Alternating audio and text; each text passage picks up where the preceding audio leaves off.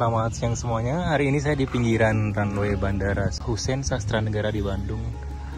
Dan kali ini saya mau kunjungan ke pabrik pesawat Dirgantara Indonesia. Nah, tiketnya saya udah beli online kemarin 2 hari yang lalu. Jadi di tiketnya itu ada jam-jamnya, jam berapa aja. Saya ambil jam 10.30 dan kita nunggu bisnya di sini ya. Apa bis yang mau ngantar kita? Dan tiket online-nya tadi pas kita baru datang kita tukarkan di sana tuh di sini di tempat penukaran tiket di pinggir gerbang ini di loket. Dan kita tadi habis tukar tiket dapat kayak gantungan kucing juga, dan ada free archery latihan memanah di sebelah sana tuh. Sana. Kayak ini tiketnya. Jadi kalau bus yang warna merah kita nunggu bus yang warna merah, karena ada 2 bus di sini, ada bus warna biru dan juga bus warna merah.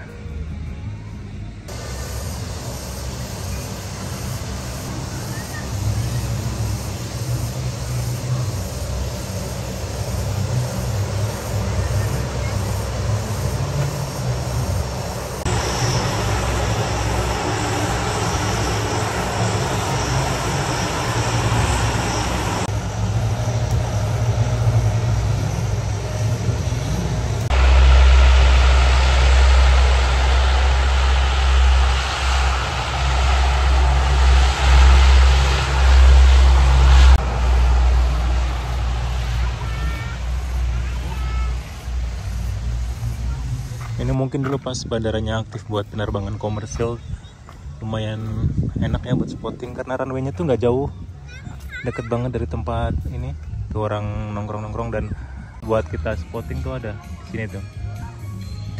Tadi sempet lewat pesawat Hercules sini, suaranya kencang banget.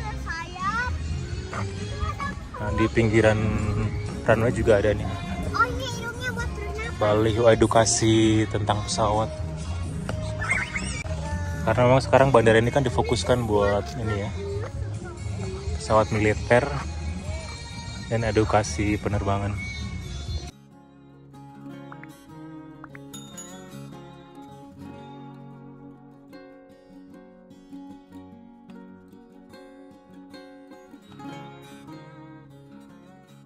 Semua ya. Nah, tapi sebelumnya perkenalkan dulu, nama saya Nugi dari Engineering di Dirgantara Indonesia.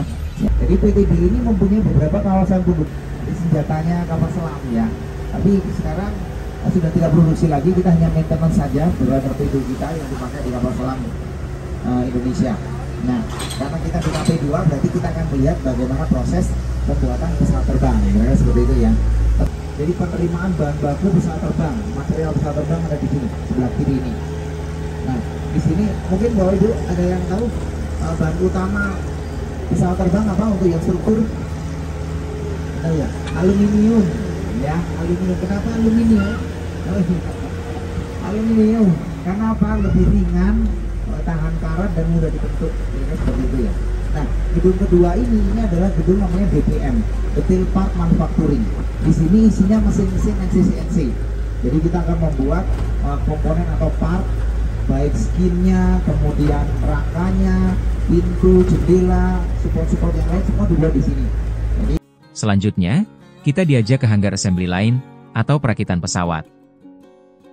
Di sini ada sub assembly dan final assembly. Pertama, kita lihat hanggar sub assembly. Di sini mulai dibuat komponen-komponen pesawat terbang seperti badan, sayap, ekor, hidung, dan yang lainnya. Setelah selesai dibuat di sini, baru dipindah ke final assembly atau perakitan akhir. Ini adalah pesawat CN235 atau Kasa Nusantara, 2 mesin 35 penumpang. Pesawat yang sedang diparkir ini adalah seri kedua flying test bed milik PT DI. Seri pertama sudah tidak dipakai dan ada di display yang akan kita lihat nanti. Selanjutnya, kita diajak melihat pesawat Kodiak 100 yang merupakan pesawat pendamping. Pesawat ringan buatan Quest Aircraft, Amerika Serikat ini, ditugaskan mengawal setiap penerbangan uji, sejak Purwarupa pertama N219. PT Dirgantara Indonesia, mulai mendatangkan Kodiak 100 tahun 2014. Pesawat diterbangkan langsung oleh pilot Quest Aircraft dari Sandpoint, Idaho, Amerika Serikat ke Indonesia, seorang diri. Penerbangan feri tersebut singgah dan melintasi wilayah Alaska, disambung menuju Jepang. Setelah itu sempat singgah di Hong Kong, sebelum akhirnya tiba di tanah air. Penerbangan lintas Pasifik tersebut memakan waktu 8 hari. Pesawat dibekali 2 tangki bahan bakar ekstra dalam perutnya. Setibanya di Bandung tangki tersebut dilepas. Nah, kemudian ada tulisan FOD coret itu ya, FOD. Nah, itu singkatan dari Foreign Object Damage. Artinya adalah ada material atau peralatan kecil-kecil yang bisa menyebabkan kerusakan pesawat. Misalnya mur, baut, lempengan besi dan yang lain, atau batu, kerikil itu nggak boleh. Karena pada saat pesawatnya on, engine-nya dinyalain, itu nanti bisa terbang mereka. Kalau yang kecil-kecil kayak gitu, nah bisa terbang, bisa merusak skinnya pesawat.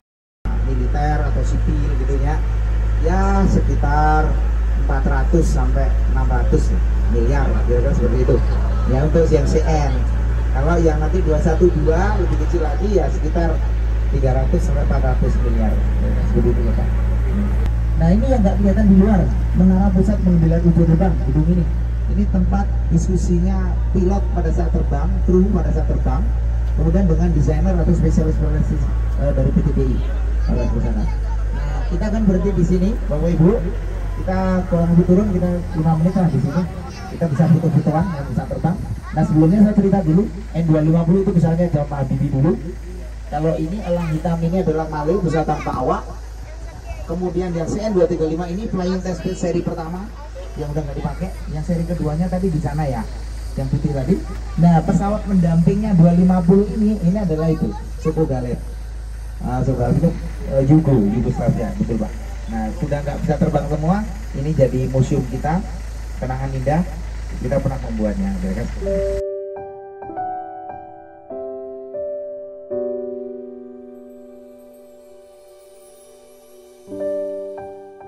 Jadi kalau bapak ibu tadi beli pesawat, ingin beli pesawat, warnanya apa?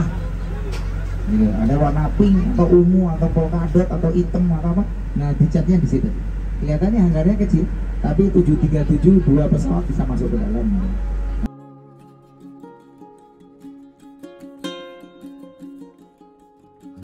Ini adalah final assembly-nya helikopter PT Dirgantara Indonesia. Coba kita lihat. Kebetulan di sini ada beberapa helikopter ya. Ada berapa ini? Ada 1, 2, ada 4. Ini Bell 412 ya. Ini pesawatnya biasa. Kalau bapak-bapak, ibu-ibu pernah lihat film Rambo ya. Nah, kalau yang ini adalah CN235 yang warna abu-abu ini ya. Ini baru datang minggu lalu, Bapak, itu dari UAE Air Force. Jadi unit Arab Emirat. Jadi emang UAE beli pesawat ke PTBI. CN235-nya. Nah ini untuk pesawat angkatan udaranya UAE. Nah kebetulan dia melakukan perawatan berat, makanya dia dikirim ke PTBI. Ini apa sih sebenarnya gitu? Ini adalah water torrent atau menara air sebenarnya. Karena PTBI ini luas banget ya, sekitar 37 hektar ya. Nah inilah hanggar N219 kita. Nah itu ada 2 pesawat nih.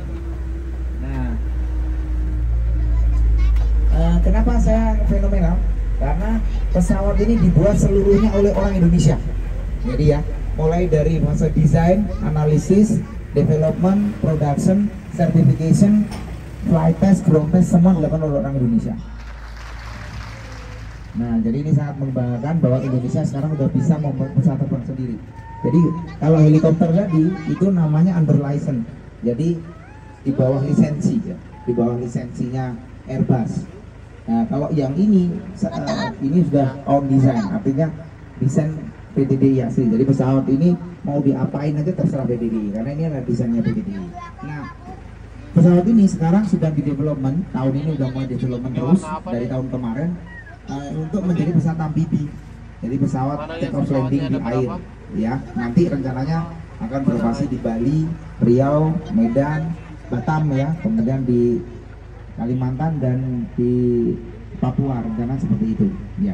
Nah pesawat ini 219 artinya adalah 2 mesin 19 penumpang. Mesinnya itu ada 2, tapi propellernya sedang dicopot, baling-balingnya karena sedang dilakukan maintenance. Terus kemudian nanti di depan ada kru, pilot, co-pilot, kemudian langsung di belakangnya seat passenger, penumpang, 19 penumpang. Jadi tidak ada pramugara-pramugari. Kalau ada pramugara atau pramugari, jadi jumlah penumpangnya dikurangi, cuma gitu aja. Tidak ada toilet. Nanti kalau ada tambahan toilet, penumpangnya dikurangi, kira-kira seperti itu. Nah, ini untuk rute-rute pendek, jadi antara 3 jam, 2-3 sampai 4 jam lah, kira-kira seperti itu pesawat ini. Ya. Oke, kita lanjut lagi. Dia bisa sampai, pernah kita coba untuk flight test dulu Pak 5 jam Pak, 5 jam. Jadi alhamdulillah kecapek 5,25 menit.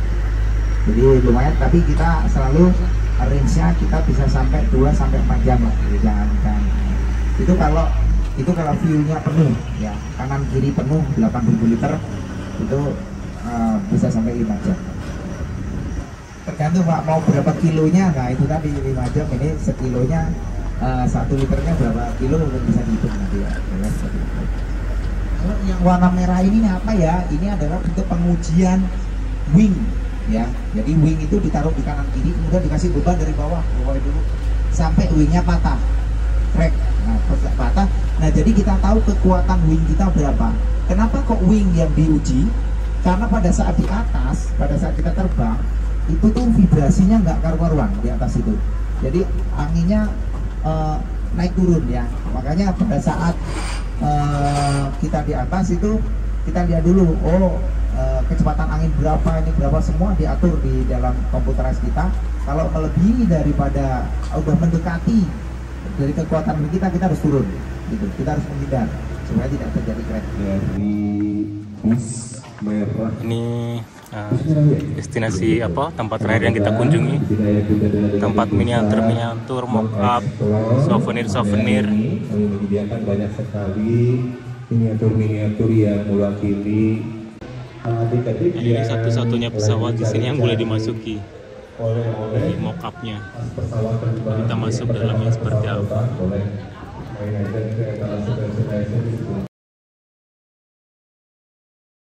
Kalau lagi nggak di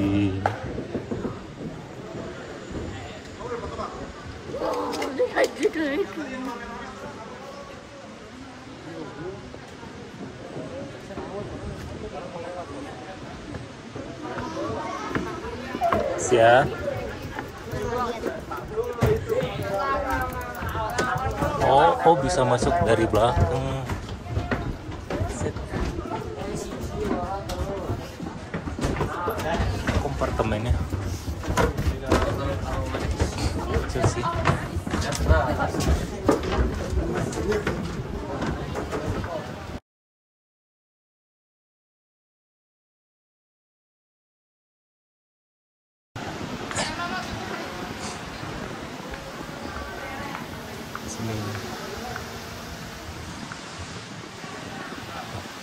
Ini bagian belakangnya tadi.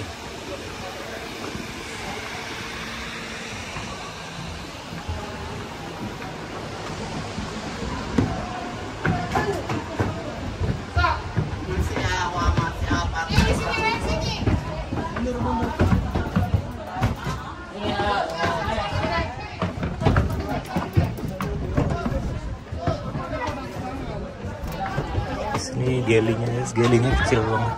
Gantian siapa yang mau kau? Wah. Tuh.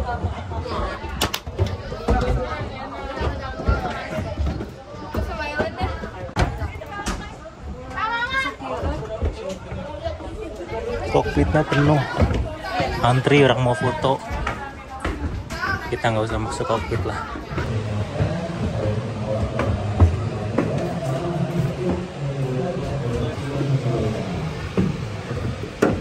Nah, bodi pesawat.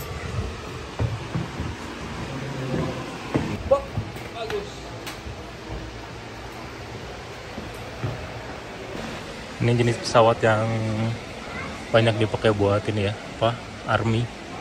Seperti tadi yang pesawatnya Uni Emirates yang lagi di maintenance di apa, di bengkel tadi, ini kan kayak gini. Ini belakangnya dibuka biasanya buat ini apa, terjun payung gitu ya kali ya, kurang lebihnya, dan aktivitas yang lain.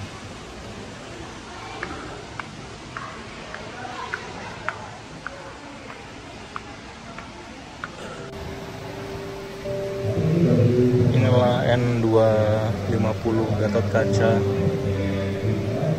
yang sekarang sudah nggak diproduksi lagi. Pesawat N2130 adalah pesawat jet sipil berkapasitas 80 hingga 130 penumpang, rancangan asli IPTN, yang sekarang PT Dirgantara Indonesia. Pesawat tersebut seharusnya selevel dengan Boeing 737 seri 100 atau 200. Pada 10 November 1995, bertepatan dengan terbang perdana N250 Gatot Kaca, Presiden Soeharto mengumumkan proyek pesawat N2130 ini. Namun, akibat ketidakstabilan politik dan krisis moneter tahun 1997, IMF mensyaratkan pemberhentian semua fasilitas dan pendanaan untuk PT IPTN yang kala itu dipimpin B.J. Habibie.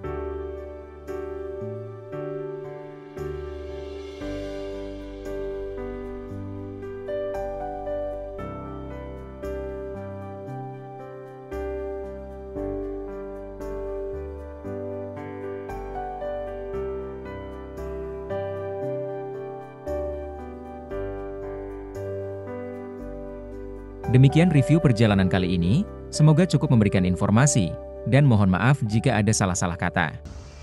Silahkan bagikan video ini, dan komen jika ada pertanyaan, saran, ataupun opini lainnya. Terima kasih, dan sampai jumpa lagi di video lainnya.